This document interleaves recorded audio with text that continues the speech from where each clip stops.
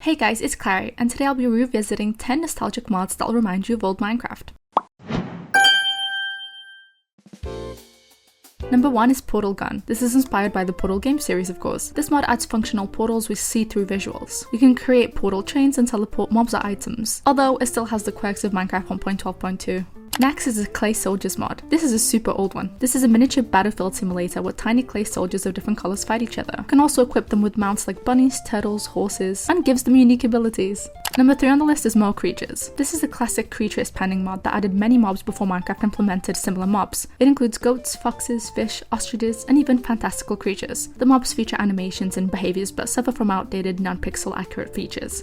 Too Many Items is a classic one. It's usually paired along other mods for better use. This gives players the GUI access to any item instantly. This was long before creative mode was standard. The Aether mod is frequently tied with nostalgic mods. It adds a sky dimension with new mobs, tools, and dungeons, offering a complete alternate universe to the Nether. I remember when everyone would try to put a water bucket in between glowstone portals to try and see if it worked. Next up we have Twilight Forest. Everyone's heard of this. This is a heavily modded dimension featuring unique biomes, bosses, and dungeons. This is popular in so many older mod packs. Next we have Buildcraft. This is a tech mod focused on automation with pipes, engines, and machines. This was a crucial mod in older mod packs like TechKit.